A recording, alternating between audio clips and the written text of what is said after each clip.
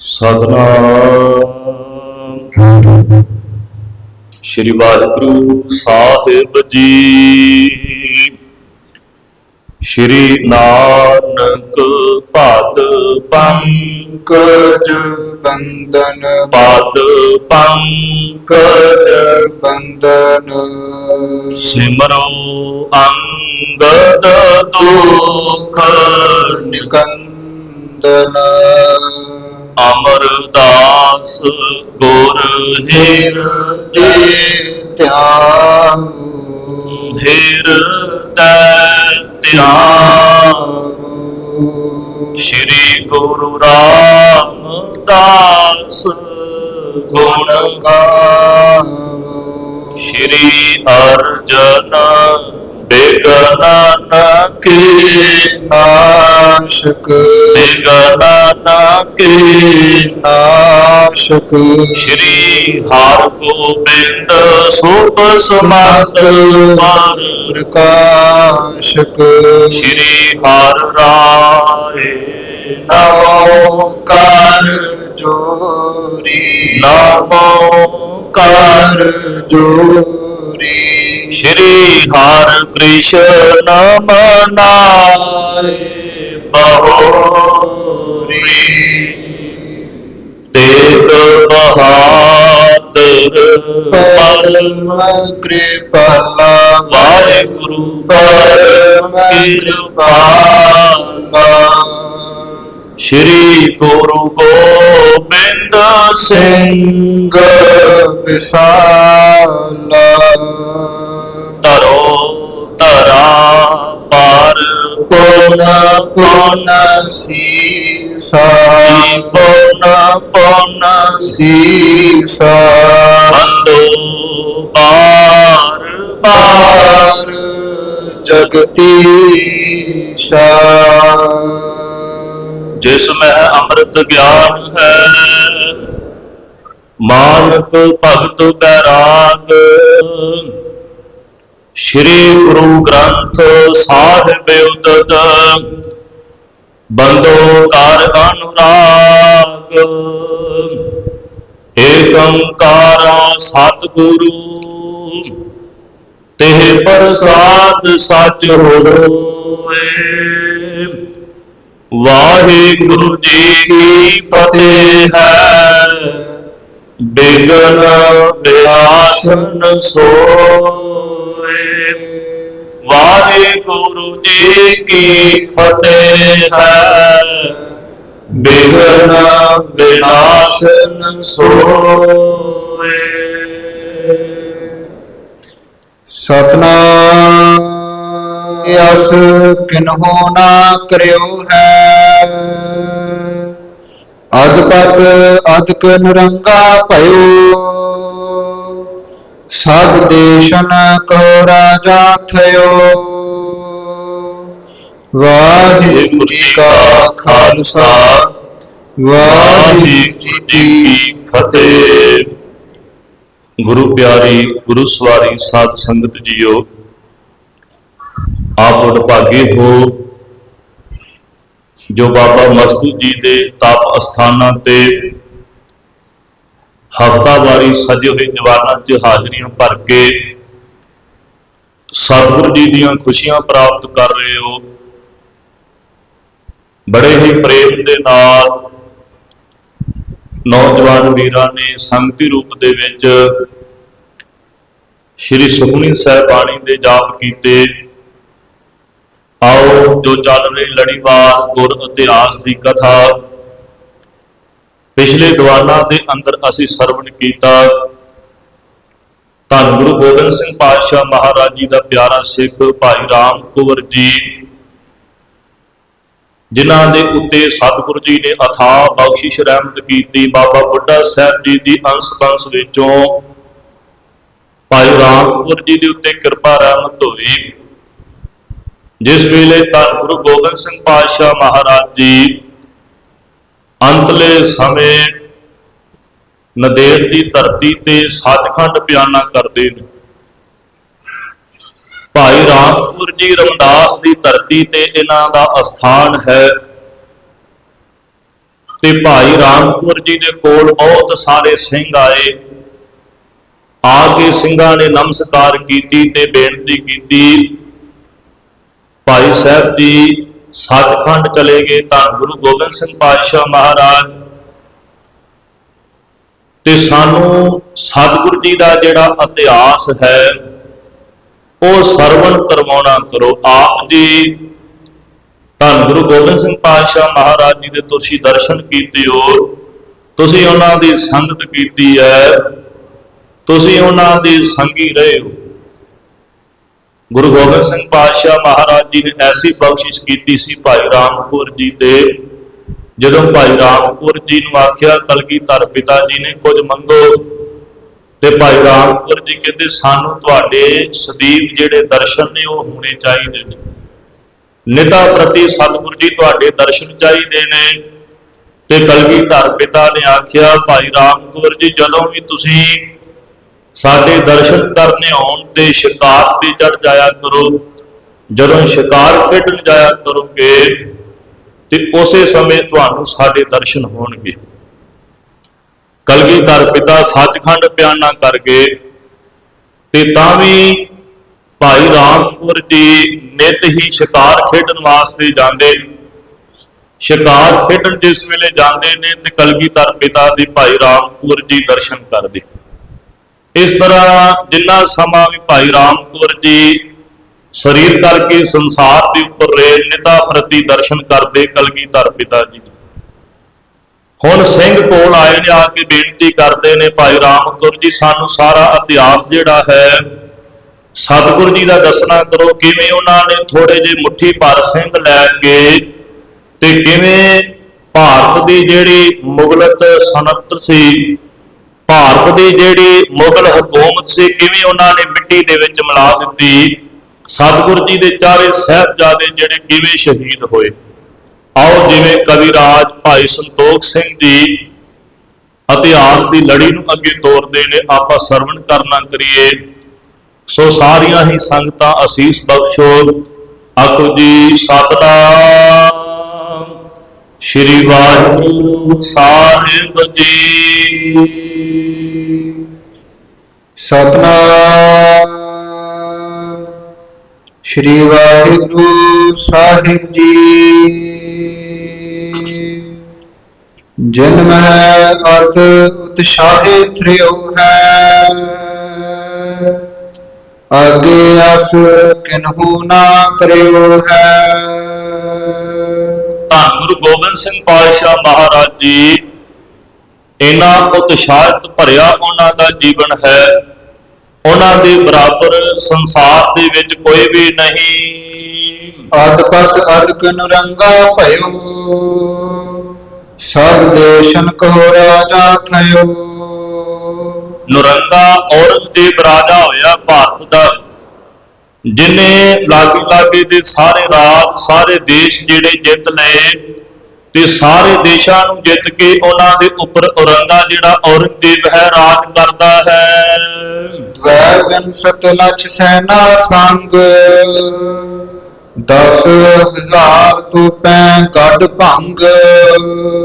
12 ਲੱਖ ਇਹਦੇ ਕੋਲ ਇਹਦੀ ਸੈਨਾ ਸੀ, ਤੇ 10,000 ਇਹਦੇ ਕੋਲ ਵੱਡੀਆਂ ਤੋਪਾਂ ਸੀ ਔਰੰਗਜ਼ੇਬ ਦੇ ਕੋਲ। ਔਰ 50,000 ਜਮੂਰੇ, ਅਰਿਓ ਨਾ ਕੋ ਕੀਨਸ ਸਭ ਚੂਰੇ। ਤੇ 5,000 ਛੋਟੀਆਂ ਤੋਪਾਂ ਜਮੂਰੇ। ਇੰਨਾ ਇਹਦੇ ਕੋਲ ਅਸਲਾ, ਇੰਨੀ ਭਾਰੀ ਇਹਦੀ ਫੌਜ ਸੀ। ਅੱਜ ਤੱਕ ਇਹਦੇ ਅੱਗੇ ਕੋਈ ਵੀ ਅੜ ਨਹੀਂ ਸਕਿਆ ਔਰੰਗਜ਼ੇਬ ਬਾਦਸ਼ਾਹ ਦੇ ਅੱਗੇ। ਅਪਰ ਸੈਨ ਜੋਰ ਜਿਨ ਕੀਰੀ, ਗਨੈ ਕੌਣ ਸੰਗ ਚਲਹਿ ਕਨੇਰੀ। ਕਵਿਰਾਜ ਜੀ ਕਹਿੰਦੇ 12 ਲੱਖ 22 ਲੱਖ ਇਹਦੀ ਆਪਣੀ ਫੌਜ ਹੈ, ਤੇ ਇਹਦੇ ਨਾਲ ਜਿਹੜੇ ਹੋਰ ਛੋਟੇ ਮੋਟੇ ਵਜ਼ੀਰ ਨਾਲ ਦੇ ਜਿਹੜੇ ਰਾਜੇ ਨੇ, ਉਹਨਾਂ ਦੀ ਜਿਹੜੀ ਫੌਜ ਹੈ ਉਹ ਵੀ ਹਜ਼ਾਰਾਂ ਦੇ ਹਿਸਾਬ ਦੇ ਨਾਲ ਚੱਲਦੀ ਹੈ, ਉਹਨਾਂ ਦੀ ਵੀ ਗਿਣਤੀ ਨਹੀਂ ਕੀਤੀ ਜਾ ਸਕਦੀ। ਜਿਸ ਕੋ ਤੇਜਸ ਹੈ ਨਹਿ ਕੋ, ਸਕਲ ਮਿਲੈ ਬੰਦੈ ਕਰ ਦੋ।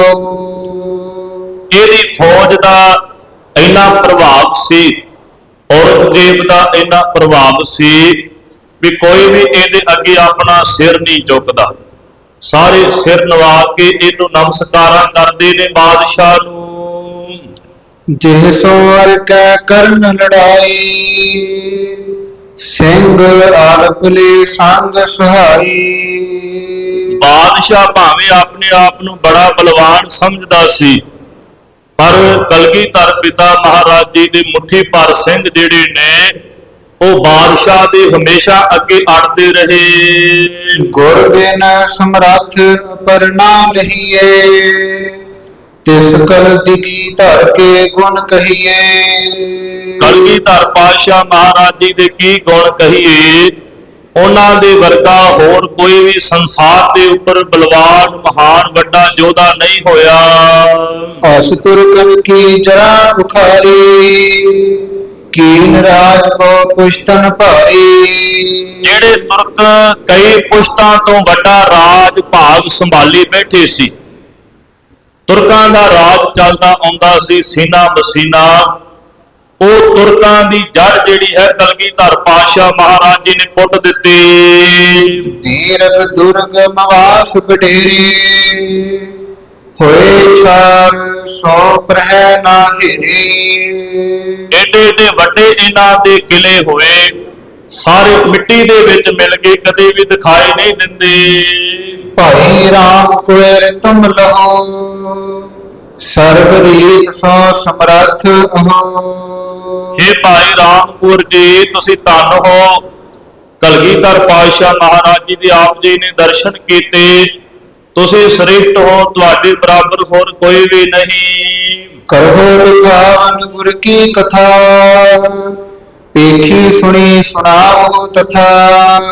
ਜਿੱਦਾਂ ਤੁਸੀਂ ਸੁਣਿਆ ਹੈ, ਜਿੱਦਾਂ ਤੁਸੀਂ ਆਪਣੇ ਨੇਤਰਾਂ ਦੇ ਨਾਲ ਵੇਖਿਆ ਹੈ, ਉਸੇ ਤਰ੍ਹਾਂ ਗੁਰੂ ਸਾਹਿਬਾਨਾਂ ਦੀ ਮਹਾਨ ਕਥਾ ਜਿਹੜੀ ਹੈ ਭਾਈ ਰਾਮ ਕੌਰ ਜੀ ਆਪ ਜੀ ਸੁਣਾਉਣਾ ਕਰੋ।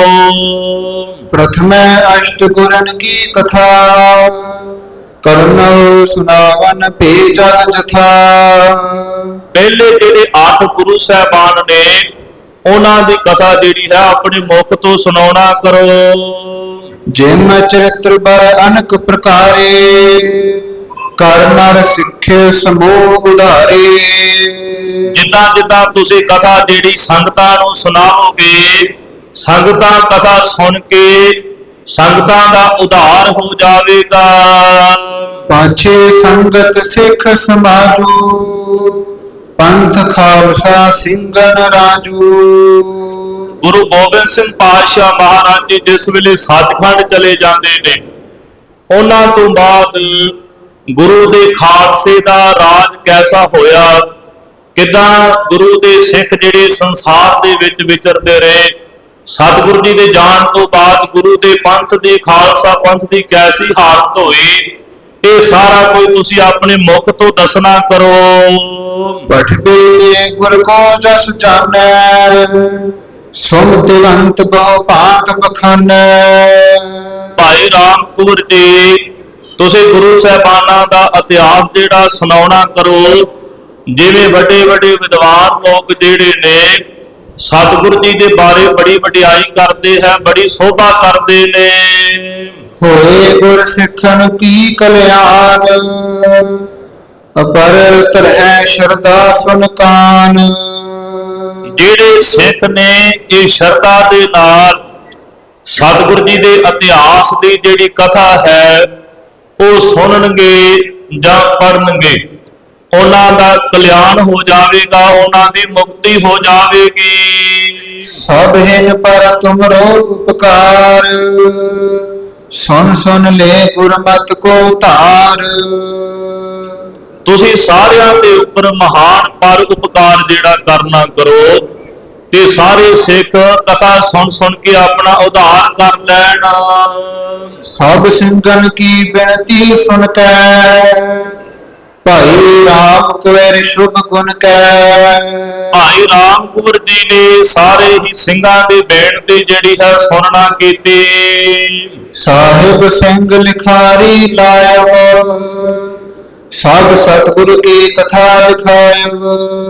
ਹੁਣ ਭਾਈ ਰਾਮਪੁਰ ਜੀ ਨੇ ਭਾਈ ਸਾਹਿਬ ਸਿੰਘ ਨੂੰ ਲਿਖਾਰੀ ਲਾ ਕੇ ਤੇ ਸਾਰੇ ਹੀ ਸਤਿਗੁਰੂ ਜੀ ਦੇ ਇਤਿਹਾਸ ਦੀ ਕਥਾ ਜਿਹੜੀ ਲਿਖਾਉਣਾ ਕੀਤੀ, ਆਰੰਭ ਕੀਤੀ। ਅਪਰ ਸਿੰਘ ਸੁਣ ਬੇਗਨ ਲਾਗੇ, ਸ੍ਰੀ ਗੁਰ ਕੇ ਗੁਣ ਸੋ ਅਨੁਰਾਗੇ। ਜਿੰਨੇ ਵੀ ਸਿੰਘ ਭਾਈ ਰਾਮਪੁਰ ਜੀ ਦੇ ਕੋਲ ਸੁਭਾਏਮਾਨ ਨੇ ਕਥਾ ਸੁਣਨ ਵਾਲੇ, ਆਪਣੇ ਕੰਨਾਂ ਰੂਪੀ ਡੂਨਿਆਂ ਦੇ ਨਾਲ ਇਹ ਅੰਮ੍ਰਿਤ ਰੂਪੀ ਕਥਾ ਜਿਹੜੀ ਹੈ ਉਹ ਸਰਵਣ ਕਰ ਰਹੇ ਨੇ, ਪੀ ਰਹੇ ਨੇ। ਜੁਗ ਲੋਕਨ ਮੈਂ ਦੇ ਕਲਿਆਣ, ਮਹਾ ਮਹਾਤਮ ਸੁਣ ਬੇਕਾਰ। ਇਹ ਜਿਹੜੀ ਗੁਰੂ ਸਾਹਿਬਾਨਾਂ ਦੀ ਇਤਿਹਾਸ ਦੀ ਕਥਾ ਹੈ, ਬੜਾ ਮਹੱਤਵ ਹੈ ਇਸ ਕਥਾ ਦਾ। ਜਿਹੜੇ ਕਥਾ ਸੁਣਦੇ ਪਏ ਨੇ, ਅੰਮ੍ਰਿਤ ਰਸ ਪੀ ਰਹੇ ਨੇ, ਸਾਰੇ ਹੀ ਸਿੰਘ ਜਿਹੜੇ ਬੜੇ ਧਿਆਨ ਦੇ ਨਾਲ ਕਥਾ ਨੂੰ ਸੁਣ ਰਹੇ ਨੇ। ਸੁਤ ਵਿਤ ਆਦਿਕ ਕੀ ਸੁਖ ਦਾਤਾ, ਕਸ਼ਟ ਪਾਟ ਬੇ ਦੇ ਬ੍ਰਹਮ ਗਿਆਤਾ। ਕਵੀ ਰਾਜ ਭਾਈ ਸੰਤੋਖ ਸਿੰਘ ਜੀ ਕਹਿੰਦੇ, ਸੁਤ ਬਿਤ ਆਦਿਕ ਕੀ ਸੁਖ ਦਾਤਾ। ਜੇ ਕਿਸੇ ਨੂੰ ਧਨ ਦੀ ਚਾਹਤ ਹੋਵੇ, ਸੁਤ ਦੀ ਭਾਵ ਕੇ ਪੁੱਤਰ ਦੀ ਚਾਹਤ ਹੋਵੇ, ਇਹ ਸਤਿਗੁਰੂ ਜੀ ਦੇ ਇਤਿਹਾਸ ਦੀ ਕਥਾ ਜਿਹੜੇ ਸਰਵਣ ਕਰਦੇ ਨੇ, ਉਹਨਾਂ ਨੂੰ ਸਤਿਗੁਰੂ ਜੀ ਸਾਰੇ ਹੀ ਸੁਖ ਦਿੰਦੇ ਨੇ, ਪੁੱਤਰ ਦੀ ਦਾਤ ਦਿੰਦੇ ਨੇ। ਜੇ ਕਿਸੇ ਨੂੰ ਧਨ ਚਾਹੀਦਾ, ਧਨ ਜੋ ਵੀ ਮਨ ਦੀ ਇੱਛਾ ਹੈ, ਸਤਿਗੁਰੂ ਜੀ ਸਾਰੇ ਹੀ ਸਿੱਖਾਂ ਦੀ ਮਨ ਦੀ ਇੱਛਾ ਪੂਰਤੀ ਕਰਦੇ ਨੇ। ਗੁਰ ਸ਼ਬਦਾ ਧਰ ਸੁਨੈ ਸੁਨਾਵੈ, ਗੁਰ ਸਹਾਏ ਤੇ ਮੁਕਤੀ ਪਾਵੈ। ਜਿਹੜਾ ਸ਼ਰਧਾ ਧਾਰਨ ਕਰਕੇ ਕਥਾ ਸੁਣਾਵੇਗਾ ਤੇ ਜਿਹੜਾ ਸੁਣੇਗਾ ਉਹ ਮੁਕਤੀ ਪ੍ਰਾਪਤ ਕਰ ਲਵੇਗਾ। ਏਤ ਸ੍ਰੀ ਗੁਰ ਪ੍ਰਤਾਪ ਸੂਰਜ ਗ੍ਰੰਥੇ ਪ੍ਰਥਮ ਰਾਸੇ, ਕਥਾ ਹੋਨ ਪ੍ਰਸੰਗ ਵਰਣਨ ਨਾਮ ਪੰਚਮੋ ਅੰਸੂ। ਇੱਥੇ ਹੁਣ ਕਵੀ ਰਾਜ ਜੀ ਸ੍ਰੀ ਗੁਰ ਪ੍ਰਤਾਪ ਸੂਰਜ ਦੇ 5ਵੇਂ ਅਧਿਆਇ ਦੀ ਸਮਾਪਤੀ ਕਰਦੇ ਨੇ, ਨਾਲ ਹੀ 6ਵੇਂ ਅਧਿਆਇ ਦੀ ਆਰੰਭਤਾ ਹੁੰਦੀ ਹੈ। ਦੋਹਰਾ ਸੁਣ ਕੈ ਸਿੰਘਨ ਸਭਨ ਤੇ, ਪਰਿ ਉਪਕਾਰ ਵਿਸਾਲ। ਭਾਈ ਰਾਮਪੁਰ ਜੀ ਨੇ ਸਾਰੇ ਹੀ ਸਿੰਘਾਂ ਦੀ ਬੇਨਤੀ ਸੁਣ ਕੇ ਹੁਣ ਸਿੱਖਾਂ ਦੇ ਉੱਪਰ ਪਰਉਪਕਾਰ ਕਰਨਾ ਕੀਤਾ। ਨੌ ਸਤਿਗੁਰ ਇਤਿਹਾਸ ਜਸ, ਔਰ ਵਿਚਾਰ ਤਿਸ ਕਾਲ। ਨੌਵਾਂ ਸਤਿਗੁਰਾਂ ਜੀ ਦਾ ਜਿਹੜਾ ਇਤਿਹਾਸ ਹੈ ਉਹ ਸਾਰਾ ਉਚਾਰਨ ਕਰਨਾ ਕੀਤਾ ਭਾਈ ਰਾਮਪੁਰ ਜੀ ਨੇ। ਚੌਪਈ ਭਾਈ ਰਾਮ ਕੋਇਰ ਸਵਧਾਨ, ਕਹਿਣ ਲਗੇ ਗੁਰ ਕਥਾ ਮਹਾਨ। ਭਾਈ ਰਾਮਪੁਰ ਜੀ ਬੜੇ ਸਾਵਧਾਨ ਹੋਏ ਨੇ, ਸਤਿਗੁਰੂ ਜੀ ਦੀ ਮਹਾਨ ਕਥਾ ਜਿਹੜੀ ਹੈ ਉਹ ਕਹਿਣ ਲੱਗੇ ਨੇ। ਜਿਸ ਕੇ ਪਠਤ ਸੁਨਤ ਮਨ ਪਾਵਨ, ਚਾਰ ਪਦਾਰਥ ਲਜੈ ਮਨ ਭਾਵਨਾ। ਜਿਹੜੀ ਮਹਾਨ ਕਥਾ ਪੜਨ ਦੇ ਨਾਲ, ਸੁਣਨ ਦੇ ਨਾਲ ਚਾਰਾਂ ਪਦਾਰਥਾਂ ਦੀ ਪ੍ਰਾਪਤੀ ਹੁੰਦੀ ਹੈ। ਅਪਰ ਮਹਾਤਮ ਕਹਾਂ ਸੋ ਕਹੀਏ, ਉੱਤਮ ਸਿੱਖੀ ਕਹੋ ਪਦ ਲਹੀਏ। ਕਵੀ ਰਾਜ ਜੀ ਕਹਿੰਦੇ ਇਹ ਕਥਾ ਦਾ ਮਹਾਨ ਮਹਾਤਮ ਕੀ ਕਹਿ ਸਕਦੇ ਆ। ਇਸ ਤਰ੍ਹਾਂ ਕਹਿ ਲਵੋ ਵੀ ਸਿੱਖੀ ਦੇ ਵਿੱਚ ਚਾਰ ਉੱਤਮ ਸਿੱਖੀ ਕਹੋ ਪਦ ਲਈਏ। ਇਸ ਤਰ੍ਹਾਂ ਕਹਿ ਲਵੋ ਵੀ ਸਿੱਖਾਂ ਵਾਸਤੇ ਇਹ ਉੱਤਮ ਜਿਹੜਾ ਪਦ ਹੈ, ਪਦਵੀ ਹੈ। ਜਿਹੜੇ ਮਹਾਨ ਕਥਾ ਨੂੰ ਸੁਣਨਗੇ, ਸਰੋਤਾ ਭੂਤ ਭੈ ਸਵਧਾਨ, ਸ਼ਰਵਣ ਕਰਨ ਲਾਗੇ ਰੁਚ ਠਾਨ। ਜਿੰਨੇ ਵੀ ਸਰੋਤੇ ਬੈਠੇ ਸੀ ਸਾਰੇ ਸਾਵਧਾਨ ਹੋ ਕੇ ਬੈਠ ਕੇ ਸੁਚੱਜੇ ਢੰਗ ਦੇ ਨਾਲ ਬੈਠੇ ਨੇ ਸਤਿਗੁਰੂ ਜੀ ਦੇ ਜੀਵਨ ਦੀ ਮਹਾਨ ਕਥਾ ਸੁਣਨ ਵਾਸਤੇ।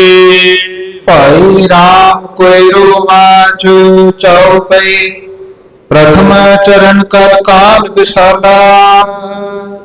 ਜਹ ਤਹ ਲਾਗੇ ਕਰਨ ਕੁਚਾਲਾ। ਹੁਣ ਭਾਈ ਰਾਮਪੁਰ ਜੀ ਨੇ ਆਪਣੇ ਮੁਖ ਤੋਂ ਕਥਾ ਆਰੰਭ ਕੀਤੀ ਹੈ।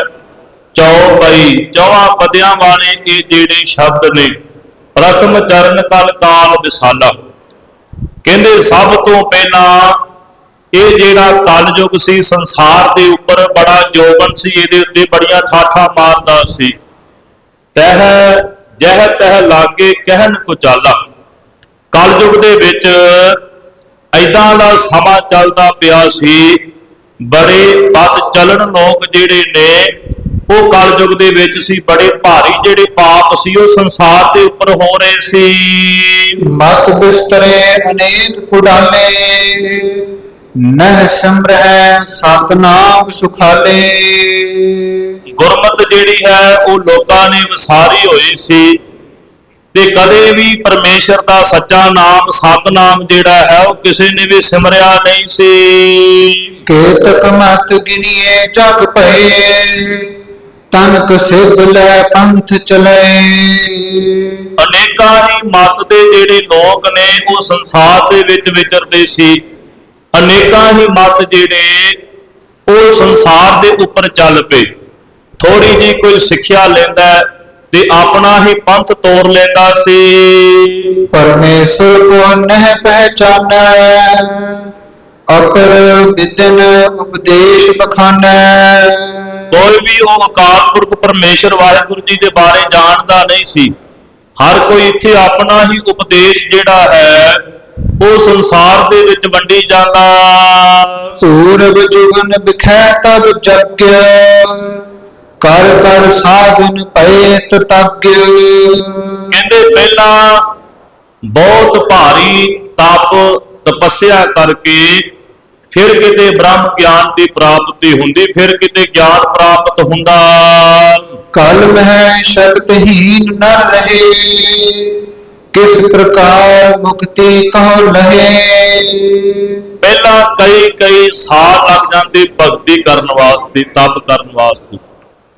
ਪਰ ਕਵੀਰਾਜ ਜੀ ਕਹਿੰਦੇ ਕਲਯੁਗ ਦੇ ਵਿੱਚ ਜਿਹੜੇ ਮਨੁੱਖ ਨੇ ਇਹ ਭਗਤੀ ਤੋਂ ਹੀਣੇ ਹੋ ਗਏ, ਤੇ ਇਹਨਾਂ ਨੂੰ ਕਿਵੇਂ ਮੁਕਤੀ ਪ੍ਰਾਪਤ ਹੋਵੇਗੀ। ਕਰਤਾ ਪੁਰਖ ਵਿਚਾਰਨ ਕੀਨ, ਜਾਣੇ ਕਲ ਮੈਂ ਜੀਵ ਜੈ ਦੀਨ। ਇਹਨਾਂ ਨੇ ਕਰਤਾ ਪੁਰਖ ਪਰਮੇਸ਼ਰ ਵਾਹਿਗੁਰੂ ਜੀ ਦੇ ਨਾਮ ਨੂੰ ਵਿਸਾਰ ਦਿੱਤਾ। ਇਹ ਸੰਸਾਰ ਦੇ ਵਿੱਚ ਜਿਹੜੇ ਕਲਯੁਗ ਦੇ ਵਿੱਚ ਲੋਕ ਸੀ, ਇਹ ਜੀਵਾਂ ਦੀ ਹੱਤਿਆ ਕਰਦੇ ਨੇ, ਮੰਦੇ ਕਰਮ ਕਰਦੇ ਨੇ। ਸਤਨਾਮ ਸਿਮਰੈ ਸੁਖ ਹੋਏ, ਇਸ ਬਿਨ ਆਪ ਉਪਾਏ ਨਾ ਕੋਈ। ਜਿਹੜਾ ਵੀ ਸਤਨਾਮ ਦਾ ਸਿਮਰਨ ਕਰੇਗਾ ਉਹਨੂੰ ਸਾਰੇ ਸੁੱਖਾਂ ਦੀ ਪ੍ਰਾਪਤੀ ਹੋਵੇਗੀ। ਇਹਦੇ ਤੋਂ ਬਿਨਾ ਹੋਰ ਕੋਈ ਵੀ ਉਪਾਅ ਨਹੀਂ ਹੈ ਸੁੱਖਾਂ ਵਾਸਤੇ। ਆਪ ਜਾਏ ਕਰ ਸਮਤ ਬਤਾਵੋ, ਪਰੇ ਮਗ ਤੇ ਸਮਗ ਚਲਾਵੋ। ਅਕਾਲ ਪੁਰਖ ਪਰਮੇਸ਼ਰ ਵਾਹਿਗੁਰੂ ਜੀ ਨੇ ਫਿਰ ਧੰਨ ਗੁਰੂ ਨਾਨਕ ਦੇਵ ਪਾਤਸ਼ਾਹ ਮਹਾਰਾਜ ਜੀ ਨੂੰ ਸੰਸਾਰ ਦੇ ਵਿੱਚ ਭੇਜਣਾ ਹੈ।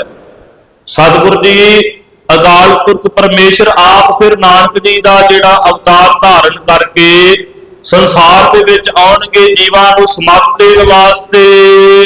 ਮੋਹ ਬਿਨ ਸਰੈ ਕਾਰਜ ਨਾਹੀ, ਜਾਂ ਤੇ ਨਰ ਤਨ ਧਰ ਜਗ ਮਾਹੀ। ਅਕਾਲ ਪੁਰਖ ਪਰਮੇਸ਼ਰ ਵਾਹਿਗੁਰੂ ਜੀ ਕਹਿੰਦੇ ਨੇ ਮੇਰੇ ਤੋਂ ਬਿਨਾ ਇਹ ਜਿਹੜਾ ਸੰਸਾਰ ਹੈ ਇਹਦਾ ਉਧਾਰ ਨਹੀਂ ਹੋਣਾ ਜੀਵਾਂ ਦਾ। ਇਸ ਕਰਕੇ ਸਤਿਗੁਰੂ ਜੀ ਧੰਨ ਗੁਰੂ ਨਾਨਕ ਦੇਵ ਪਾਤਸ਼ਾਹ ਮਹਾਰਾਜ ਜੀ ਦੇ ਰੂਪ ਦੇ ਵਿੱਚ ਉਹ ਪਰਮੇਸ਼ਰ ਵਾਹਿਗੁਰੂ ਆਪ ਅਵਤਾਰ ਧਾਰਨ ਕਰਕੇ ਸੰਸਾਰ ਦੇ ਉੱਪਰ ਆਵੇਗਾ। ਘਰ ਕਾਲੂ ਕੇ ਜਨਮੇ ਆਈ, ਜਨਨੀ ਤ੍ਰਿਪਤਾ ਪਿਖ ਹਰ ਖਾਈ। ਫਿਰ ਇਸੇ ਤਰ੍ਹਾਂ ਹੋਇਆ ਆਪ ਨਾਰਾਇਣ ਕਲਾ ਧਾਰ ਜਗ ਮਹਿ ਪਰਵਰਿਓ। ਫਿਰ ਆਪ ਪਰਮੇਸ਼ਰ ਵਾਹਿਗੁਰੂ ਜੀ ਘਰ ਕਾਲੂ ਕੇ ਜਨਮੇ ਆਈ। ਮਹਿਤਾ ਕਾਲੂ ਜੀ ਦੇ ਘਰ ਦੇ ਵਿੱਚ ਗੁਰੂ ਨਾਨਕ ਦੇਵ ਪਾਤਸ਼ਾਹ ਮਹਾਰਾਜ ਜੀ ਨੇ ਅਵਤਾਰ ਧਾਰਨਾ ਕੀਤਾ। ਜਨਨੀ ਤ੍ਰਿਪਤਾ ਪਿਖ ਹਰ ਖਾਈ।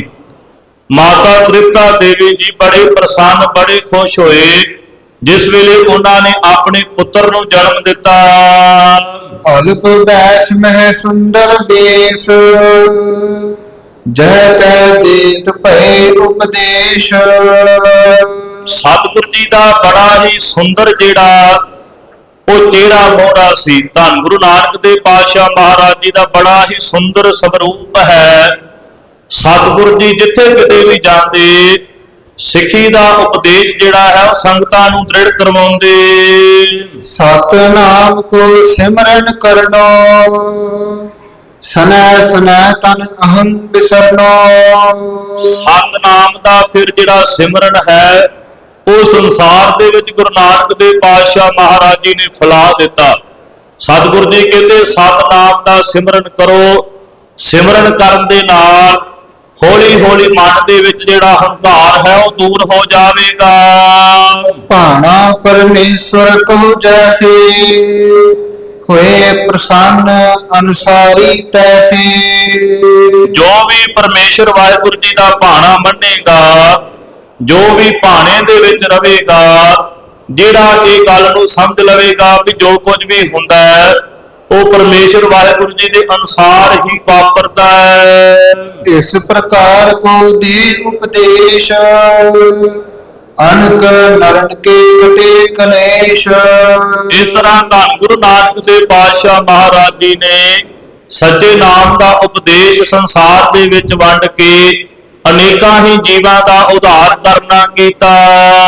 ਮੂਲੇ ਕੀ ਤਨੁ ਜਾਵੜ ਭਾਗਨ, ਸ੍ਰੀ ਗੁਰੂ ਮਹਿਲਾ ਮਹਾ ਸੁਹਾਗਨ। ਭਾਈ ਮੂਲ ਚੰਦ ਚੌਣਾ ਬਟਾਲੇ ਨਗਰ ਦੇ ਰਹਿਣ ਵਾਲੇ ਨੇ। ਇਹਨਾਂ ਦੀ ਪੁੱਤਰੀ ਬੀਬੀ ਸੁਲੱਖਣੀ ਜਿਹੜੀ ਹੈ ਬੜੀ ਹੀ ਸੁਭਾਗਣ ਹੈ, ਜਿਨ੍ਹਾਂ ਦਾ ਵਿਆਹ ਧੰਨ ਗੁਰੂ ਨਾਨਕ ਦੇਵ ਪਾਤਸ਼ਾਹ ਮਹਾਰਾਜ ਜੀ ਦੇ ਨਾਲ ਹੋਇਆ। ਤਿਸ ਤੇ ਪੁੱਤਰ ਭਏ ਜੁਗ ਧੀਰ, ਬ੍ਰਹਮ ਗਿਆਨ ਮਹਿ ਉਚਾਰਨ ਗੰਭੀਰ। ਮਾਤਾ ਸੁਲੱਖਣੀ ਜੀ ਦੇ ਉਦਰ ਤੋਂ ਫਿਰ ਦੋ ਪੁੱਤਰਾਂ ਨੇ ਅਵਤਾਰ ਧਾਰਿਆ, ਜਿਹੜੇ ਬੜੇ ਵੱਡੇ ਬ੍ਰਹਮ ਗਿਆਨੀ ਹੋਏ। ਜੇਠੋ ਭਾ ਸ੍ਰੀ ਚੰਦ ਉਦਾਰਾ, ਨਹਿ ਗ੍ਰਸਤ ਮੰਗ ਅੰਗੀਕਾਰਾ। ਧੰਨ ਗੁਰੂ ਨਾਨਕ ਦੇਵ ਪਾਤਸ਼ਾਹ ਮਹਾਰਾਜ ਜੀ ਦਾ ਜੇਠਾ ਸੁਪੁੱਤਰ ਬਾਬਾ ਸ਼੍ਰੀ ਚੰਦ ਹੋਇਆ, ਜਿਹੜੇ ਬੜੇ ਵੱਡੇ ਬ੍ਰਹਮ ਗਿਆਨੀ ਸੀ, ਜਿਨ੍ਹਾਂ ਨੇ ਗ੍ਰਸਤ ਧਰਮ ਜਿਹੜਾ ਉਹ ਧਾਰਨ ਨਹੀਂ ਕੀਤਾ। ਰਹਿ ਬ੍ਰਤੀ ਨਿਤ ਜੋਗ ਅਰੂੜਾ, ਇਕ ਰਸ ਮੈਂ ਆਸ਼ੈ ਜਿਸ ਗੂੜਾ। ਉਹ ਨਿਤਾ ਪ੍ਰਤੀ ਆਪਣੀ ਬਿਰਤੀ ਜਿਹੜੀ ਹੈ ਪਰਮੇਸ਼ਰ ਦੇ ਵਿੱਚ ਜੋੜ ਕੇ ਰੱਖਦੇ। ਜਿਨ ਕੇ ਛੋਇਓ ਵਿਕਾਰ ਨਾ ਕੋਏ, ਜਤੀ ਪੁਰਸ਼ ਭੀਸ਼ਮ ਸੰਭ ਸੋਏ। ਜਿਨ੍ਹਾਂ ਨੂੰ ਅੱਜ ਤੱਕ ਕੋਈ ਵੀ ਵਿਕਾਰ ਜਿਹੜਾ ਉਹ ਛੂ ਨਹੀਂ ਸਕਿਆ, ਉਹ ਭੀਸ਼ਮ ਵਾਂਗੂ ਮਹਾਨ ਜਤੀ ਸਨ। ਲਖਮੀ ਦਾਸ ਅਨੁਜ ਤਿਨ ਭਇਓ, ਮਾਗ ਗ੍ਰਸਤ ਜਿਨ ਧਾਰਨ ਕਯੋ। ਫਿਰ ਸਤਿਗੁਰੂ ਜੀ ਦਾ ਛੋਟਾ ਸੁਪੁੱਤਰ ਬਾਬਾ ਲਖਮੀ ਦਾਸ ਜੀ ਹੋਏ, ਜਿਨ੍ਹਾਂ ਨੇ ਗ੍ਰਸਤ ਧਰਮ ਜਿਹੜਾ ਧਾਰਨ ਕੀਤਾ, ਵਿਆਹ ਕਰਵਾਇਆ। ਗਿਆਨ ਵਿਖੈ ਜੁਗ ਪ੍ਰਾਤ ਸਮਾਨ, ਸ੍ਰੀ ਨਾਨਕ ਕੇ ਪੁੱਤਰ ਸੁਜਾਨ। ਇਹ ਦੋਵੇਂ ਹੀ ਗੁਰੂ ਨਾਨਕ ਦੇਵ ਪਾਤਸ਼ਾਹ ਮਹਾਰਾਜ ਜੀ ਦੇ ਮਹਾਨ ਪੁੱਤਰ ਨੇ। ਗਿਆਨ ਦੇ ਵਿੱਚ ਬਾਬਾ ਲਖਮੀ ਦਾਸ ਜੀ ਬਾਬੇ ਸ਼੍ਰੀ ਚੰਦ ਤੋਂ ਘੱਟ ਨਹੀਂ, ਦੋਵਾਂ ਦੇ ਵਿੱਚ ਇੱਕ ਸਮਾਨ ਬ੍ਰਹਮ ਗਿਆਨ ਹੈ। ਧਰਮ ਚੰਦ ਪੋਤਰਾ ਪੁਨ ਭਇਓ, ਜਿਸ ਤੇ ਬੰਸ ਬੇਦੀਅਨ ਥਇਓ। ਫਿਰ ਗੁਰੂ ਨਾਨਕ ਦੇਵ ਪਾਤਸ਼ਾਹ ਮਹਾਰਾਜ ਜੀ ਦਾ ਪੋਤਰਾ ਬਾਬਾ ਧਰਮਚੰਦ ਜੀ ਹੋਏ, ਬਾਬਾ ਲਖਮੀ ਦਾਸ ਜੀ ਦੇ ਸੁਪੁੱਤਰ, ਜਿਨ੍ਹਾਂ ਤੋਂ ਬੇਦੀ ਕੁਲ ਜਿਹੜੀ ਅੱਗੇ ਚੱਲੀ। ਇੱਕ ਦਿਨ ਕਾਰਿ ਖੇਲ ਕੋ ਆਈ, ਸ਼ਸ਼ ਹੱਥ ਅਸ ਦਹੁ ਦਿਸ ਲਰਕਾਈ। ਇੱਕ ਦਿਨ ਬਾਬਾ ਲਖਮੀ ਦਾਸ ਜੀ ਸ਼ਿਕਾਰ ਖੇਡਣ ਵਾਸਤੇ ਗਏ, ਤੇ ਜਿਸ ਵੇਲੇ ਸ਼ਿਕਾਰ ਖੇਡ ਕੇ ਵਾਪਸ ਆਏ, ਬਹੁਤ ਸਾਰੇ ਖਰਗੋਸ਼ ਜਿਹੜੇ ਇਹਨਾਂ ਨੇ ਮਾਰ ਕੇ ਆਪਣੇ ਘੋੜੇ ਦੇ ਉੱਪਰ ਟੰਗੇ ਹੋਏ ਦੋਵੇਂ ਪਾਸੇ। ਸ੍ਰੀ ਚੰਦ ਨੇ ਅਨੁਜ ਨਿਹਾਰਾ, ਕਿਰਪਾ ਜੁਗਤ ਹੋਏ ਬਾਕ ਉਚਾਰਾ। ਜਿਸ ਵੇਲੇ ਬਾਬਾ ਸ਼੍ਰੀ ਚੰਦ ਜੀ ਨੇ ਆਪਣੇ ਛੋਟੇ ਭਰਾਤਾ ਬਾਬਾ ਲਖਮੀ ਦਾਸ ਜੀ ਨੂੰ ਵੇਖਿਆ ਵੀ ਸ਼ਿਕਾਰ ਖੇਡ ਕੇ ਆਏ ਨੇ, ਬਾਬਾ ਸ਼੍ਰੀ ਚੰਦ ਜੀ ਨੇ ਆਪਣੇ ਛੋਟੇ ਭਰਾ ਨੂੰ ਕਿਹੜਾ ਕੀਤਾ ਵੇਖ ਕੇ, ਦਿਨ ਪ੍ਰਤ ਅਨਕ ਜੀਵ ਕੋ ਕਾਵੈ, ਇਹ ਲੇਖਾ ਤੈਨੋ ਬਨ ਆਵੈ। ਇਹ ਭਾਈ ਲਖਮੀ ਦਾਸ ਜੀ, ਦਿਨ ਪ੍ਰਤ ਦਿਨ ਤੁਸੀਂ ਜੀਵਾਂ ਦੀ ਹੱਤਿਆ ਕਰੀ ਜਾਂਦੇ ਹੋ, ਇਹ ਜਿਹੜਾ ਲੇਖਾ ਤੁਹਾਨੂੰ ਦੇਣਾ ਪਵੇਗਾ। ਕਹਿਓ ਭਰਾਤ ਕੋ ਨਹੀਂ ਸਹਾਰਾ, ਗਇਓ ਸਦਨ ਮੈਂ ਕੀਨ ਸਤਿਆਰਾ। ਵੇਖੋ ਬਾਬਾ ਲਖਮੀ ਦਾਸ ਜੀ ਨੇ ਬਾਬਾ ਸ਼੍ਰੀ ਚੰਦ ਜੀ ਦੇ ਬੋਲ ਸਹਾਰੇ ਨਹੀਂ, ਗੁਰੂ ਦੇ ਪੁੱਤਰ ਨੇ, ਦੋਵੇਂ ਭਰਾਵੇਂ ਬ੍ਰਹਮ ਗਿਆਨੀ ਨੇ, ਪਰ ਇੱਕ ਭਰਾ ਦੂਜੇ ਭਰਾ ਦੇ ਬੋਲ ਜਿਹੜੇ ਨੇ ਨਹੀਂ ਸਹਾਰ ਸਕਿਆ। ਜਿਸ ਵੇਲੇ ਬਾਬਾ ਸ਼੍ਰੀ ਚੰਦ ਜੀ ਨੇ ਇੰਨੀ ਗੱਲ ਆਖੀ ਵੀ ਤੁਹਾਨੂੰ ਲੇਖਾ ਦੇਣਾ ਪਵੇਗਾ, ਤੇ ਬਾਬਾ ਲਖਮੀ ਦਾਸ ਜੀ ਨੇ ਇਹ ਜਿਹੜੇ ਬੋਲ ਨੇ ਉਹਨਾਂ ਨੂੰ ਇਸ ਤਰ੍ਹਾਂ ਲੱਗੇ। ਆਪਨ ਭਾਰ ਜਾਲੇ ਸੁਤ ਸੰਗ, ਧਾਰ ਸ਼ੀਘ੍ਰਤਾ ਚੜਿਓ ਤੁਰੰਗ। ਬਾਬਾ ਲਖਮੀ ਦਾਸ ਜੀ ਨੇ ਆਪਣਾ ਪੁੱਤਰ ਬਾਬਾ ਧਰਮਚੰਦ ਲਿਆ, ਆਪਣੀ ਪਤਨੀ ਲਈ ਹੈ, ਘੋੜੇ ਦੇ ਉੱਪਰ ਸਵਾਰ ਹੋਏ।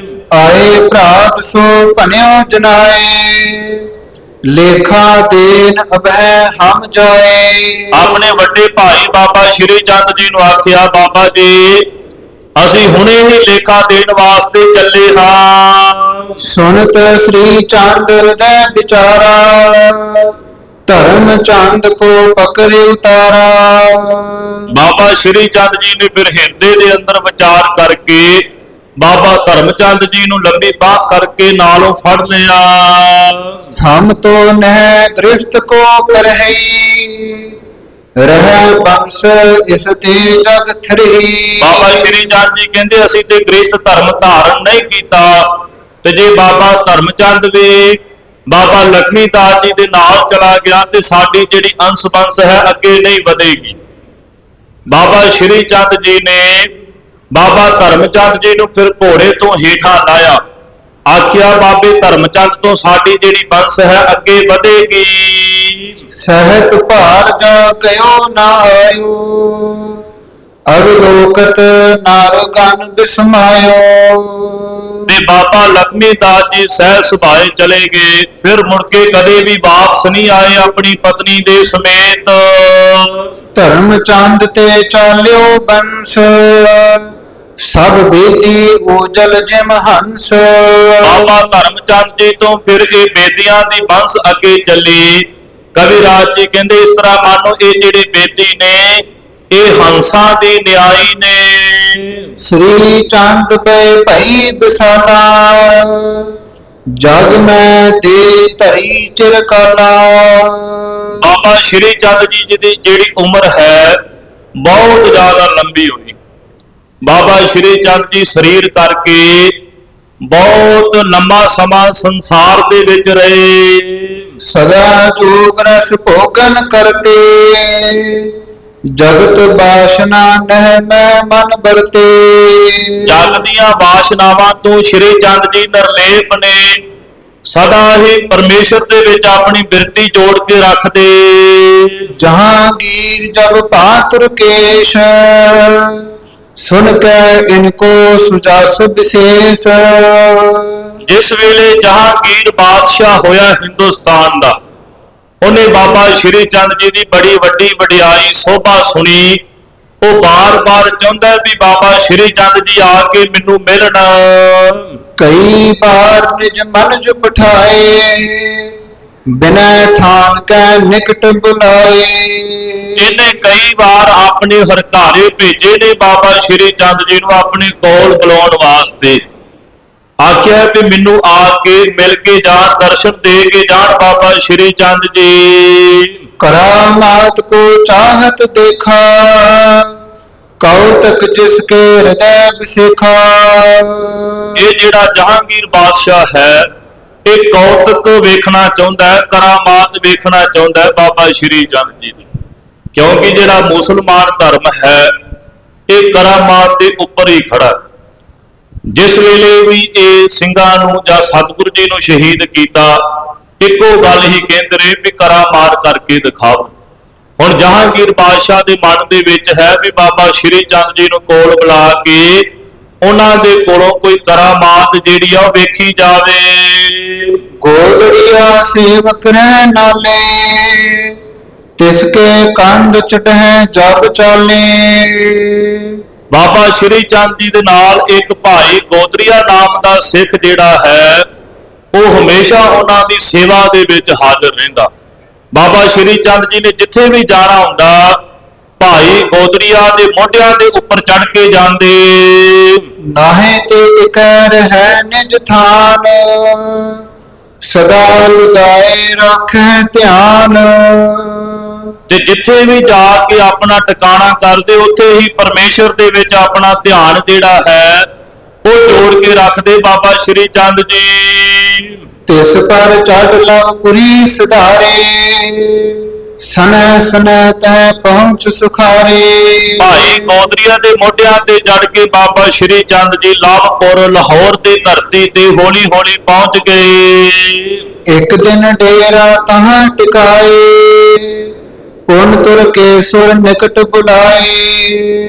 ਇੱਕ ਦਿਨ ਜਿਹੜਾ ਆਪਣਾ ਡੇਰਾ ਬਾਬਾ ਸ਼੍ਰੀ ਚੰਦ ਜੀ ਨੇ ਲਾਹੌਰ ਦੀ ਧਰਤੀ ਤੇ ਕੀਤਾ ਤੇ ਅਗਲੇ ਦਿਨ ਜਹਾਂਗੀਰ ਬਾਦਸ਼ਾਹ ਦੇ ਕੋਲ ਪਹੁੰਚੇ ਬਾਬਾ ਜੀ। ਜਨ ਗੋਦੜੀਏ ਪਰ ਆਰੂੜ, ਪਹੁੰਚੇ ਤਹਿ ਆਸ਼ਾ ਜਿਨ ਕੂੜ।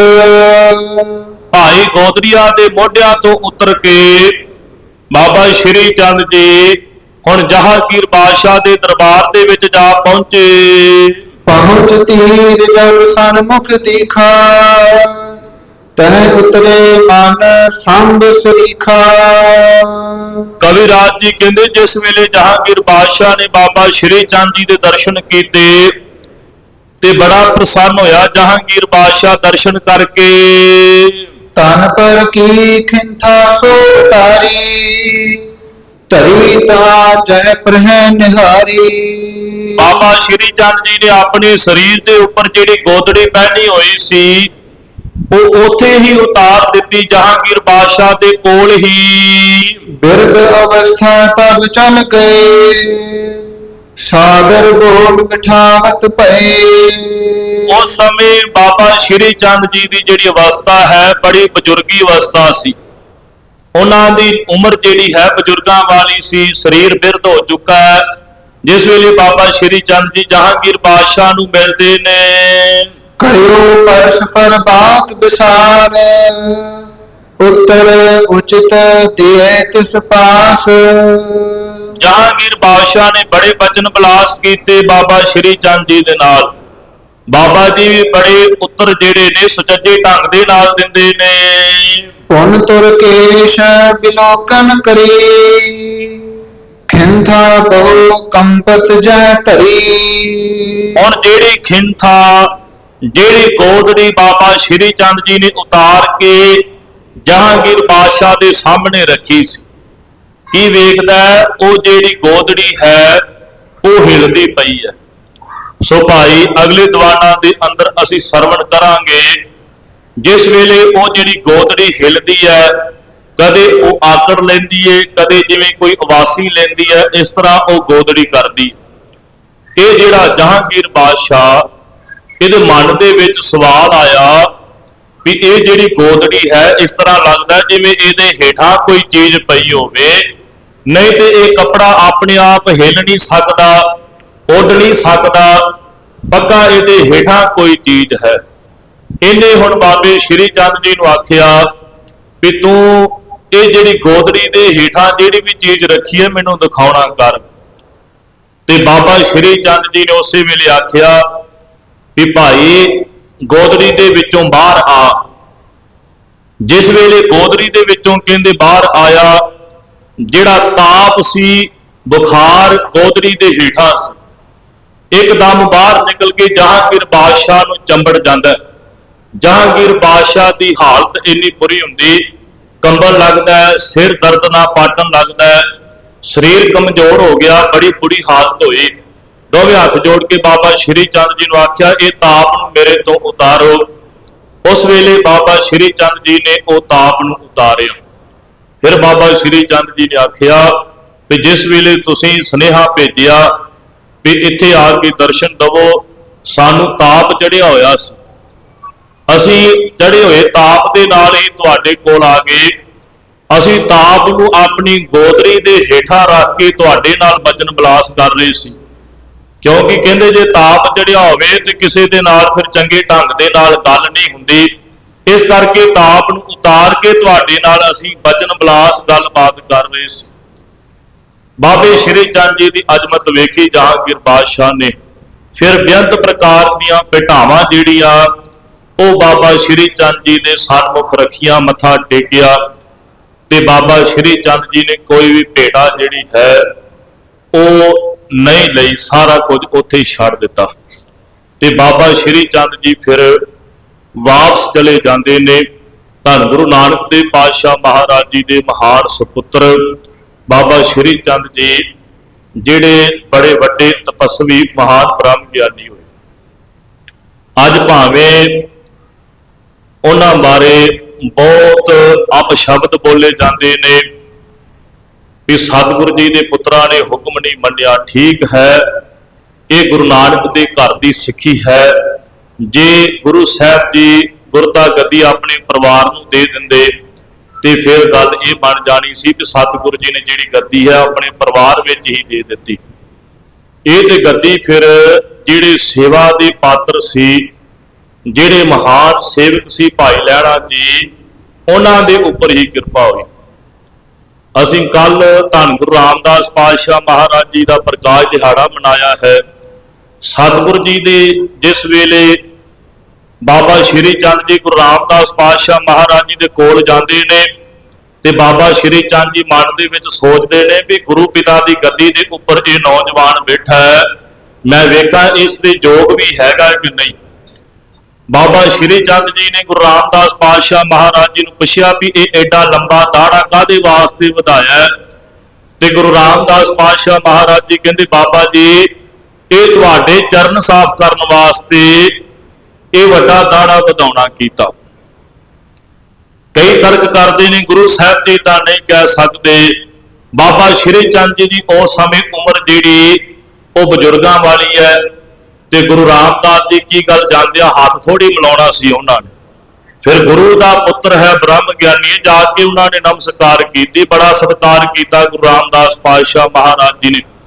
ਗੁਰੂ ਘਰ ਦੇ ਵਿੱਚੋਂ ਹਰ ਸਾਲ ਬੇਅੰਤ ਭੇਟਾ ਜਿਹੜੀ ਹੈ ਉਹ ਬਾਬਾ ਸ਼੍ਰੀ ਚੰਦ ਜੀ ਨੂੰ ਦਿੱਤੀ ਜਾਂਦੀ ਸੀ ਤੇ ਇੱਕ ਘੋੜਾ ਜਿਹੜਾ ਹੈ ਹਰ ਸਾਲ ਗੁਰੂ ਘਰ ਦੇ ਵੱਲੋਂ ਜਿਹੜਾ ਹੈ ਬਾਬਾ ਸ਼੍ਰੀ ਚੰਦ ਜੀ ਦੇ ਸਤਿਕਾਰ ਵਜੋਂ ਉਹਨਾਂ ਨੂੰ ਦਿੱਤਾ ਜਾਂਦਾ ਸੀ। ਐਸੇ ਮਹਾਨ ਤਪਸਵੀ ਹੋਏ, ਐਸੇ ਮਹਾਨ ਬ੍ਰਹਮ ਗਿਆਨੀ ਹੋਏ। ਸੋ ਭਾਈ ਜਿੱਥੇ ਅਸੀਂ ਗੁਰੂ ਸਾਹਿਬ ਜੀ ਦਾ ਨਾਮ ਜਪਦੇ ਹਾਂ, ਗੁਰੂ ਜੀ ਦਾ ਇਤਿਹਾਸ ਪੜ੍ਹਦੇ ਹਾਂ, ਉੱਥੇ ਗੁਰੂ ਦੇ ਪੁੱਤਰਾਂ ਦੇ ਵਿੱਚ ਵੀ ਮਹਾਨ ਸ਼ਕਤੀ ਹੈ। ਕਿਉਂਕਿ ਜਿਸ ਵੇਲੇ ਬਾਬਾ ਸ਼੍ਰੀ ਚੰਦ ਜੀ ਨੇ ਗੁਰੂ ਨਾਨਕ ਸਾਹਿਬ ਜੀ ਨੂੰ ਆਖਿਆ ਸਤਿਗੁਰੂ ਜੀ ਤੁਸੀਂ ਸੰਸਾਰ ਤੋਂ ਚਲੇ ਚੱਲੇ ਹੋ ਤੇ ਸਾਰਾ ਕੁਝ ਭਾਈ ਲਹਿਣੇ ਨੂੰ ਦੇ ਦਿੱਤਾ। ਸਤਿਗੁਰੂ ਜੀ ਕਹਿੰਦੇ ਭਾਈ ਲਹਿਣੇ ਨੂੰ ਸ਼ਬਦ ਦੀ ਕਮਾਈ ਦਿੱਤੀ ਹੈ, ਪਰ ਤੁਹਾਡੇ ਤੇ ਅਪਾਰ ਬਖਸ਼ਿਸ਼ ਹੋਵੇਗੀ। ਜਿਹੜਾ ਗੁਰੂ ਨਾਨਕ ਦਾ ਘਰ ਹੈ ਇਹਦੇ ਵਿੱਚ ਇਹਦੇ ਕੁੱਤਿਆਂ ਦੇ ਵਿੱਚ ਵੀ ਸ਼ਕਤੀ ਹੋਵੇਗੀ।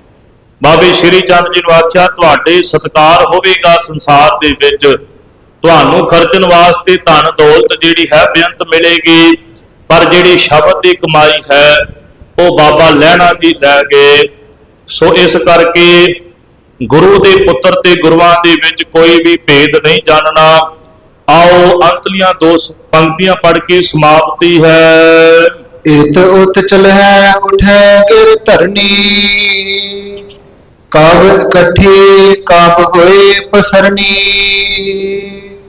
ਕਬ ਊਚੇ ਹੋਏ ਲੈ ਅੰਗਰਾਈ, ਕਬ ਹੈ ਚੰਬਾਈ ਕੀ ਸਮਤਾਈ।